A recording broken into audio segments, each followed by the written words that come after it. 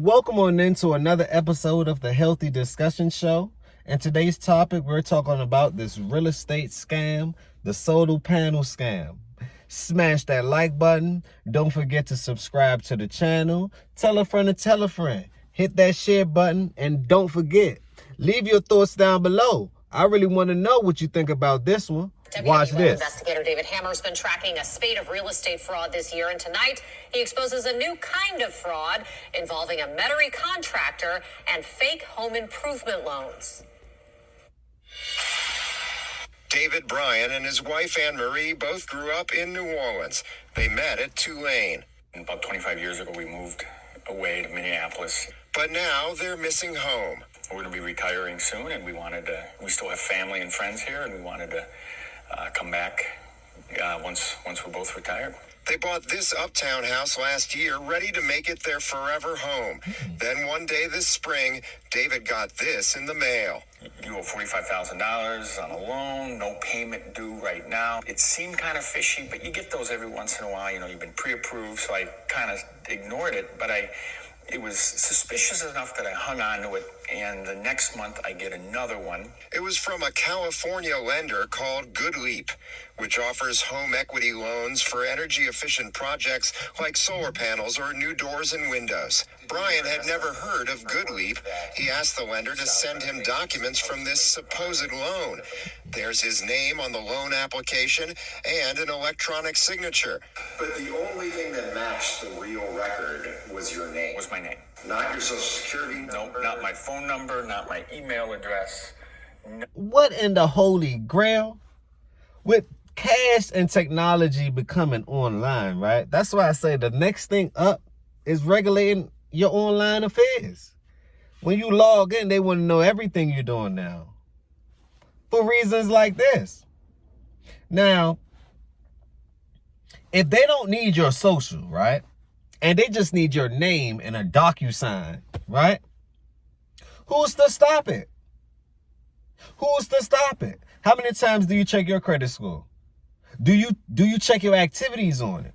Do you even have that platform that allows you to check every activity? I'm not talking about the Experian platform. You a day 30 days late if anyone's trying to pull something on you. I'm talking about that platform. I'm going to leave the sauce down below. I'm going to leave the solution down below so you can be more active, more vigilant with what's going on. Because you have to take this into your own hands. It's on you to protect your assets. It's not on anyone else. Smash that like button if you agree. Smash that like button if you agree. Tell a friend to tell a friend. Did you hear about this 45,000 scam jam? My father's. Watch this.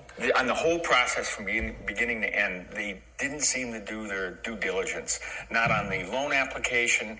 Not on paying the loan proceeds either. So basically he's saying, okay, that it's on the actual company that's supplying the loans to double check. Where are their measures? Where are their firewalls?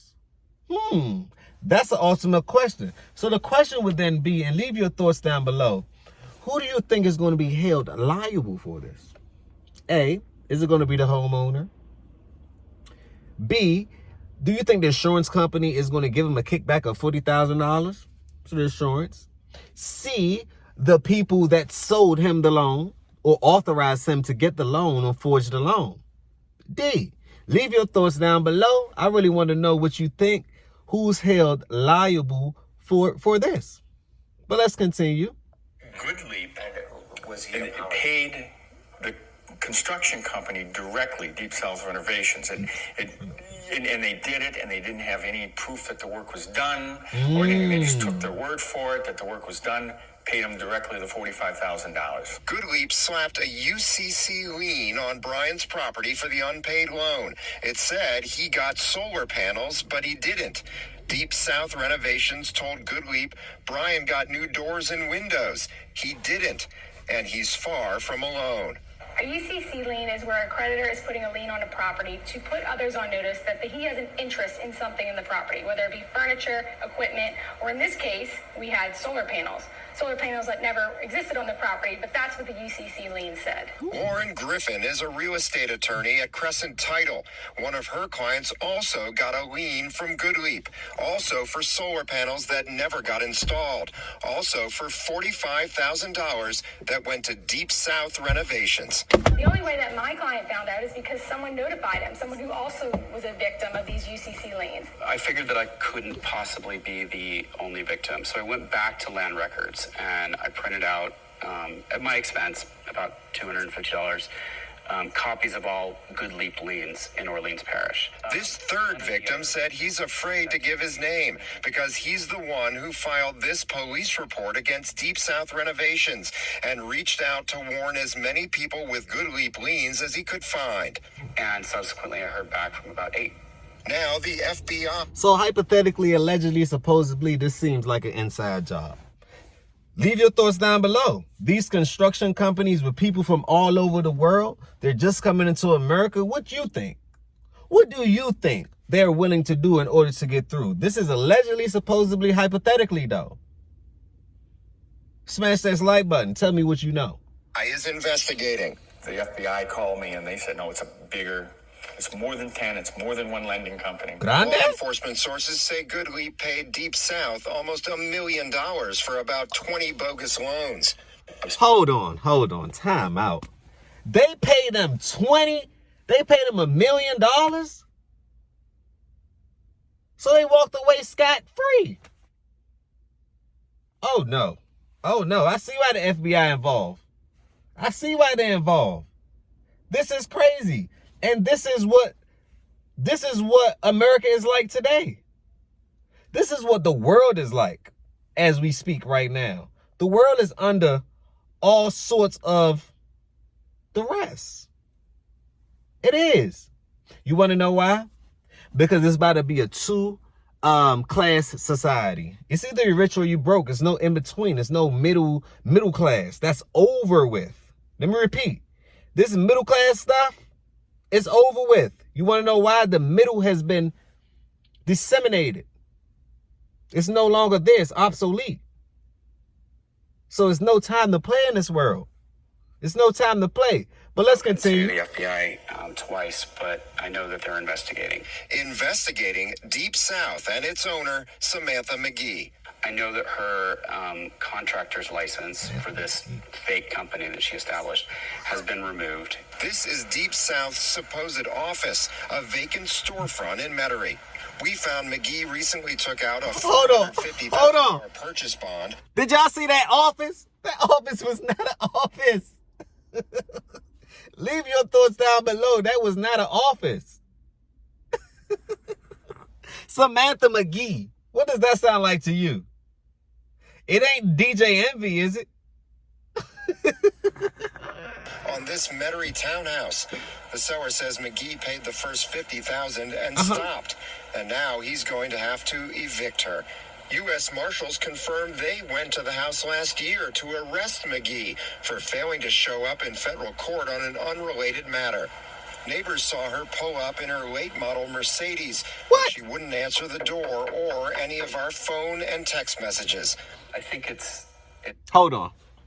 Leave your thoughts down below. What class, what race do you think this person is? Because if it was our race, Latino race, they would have been at your front door.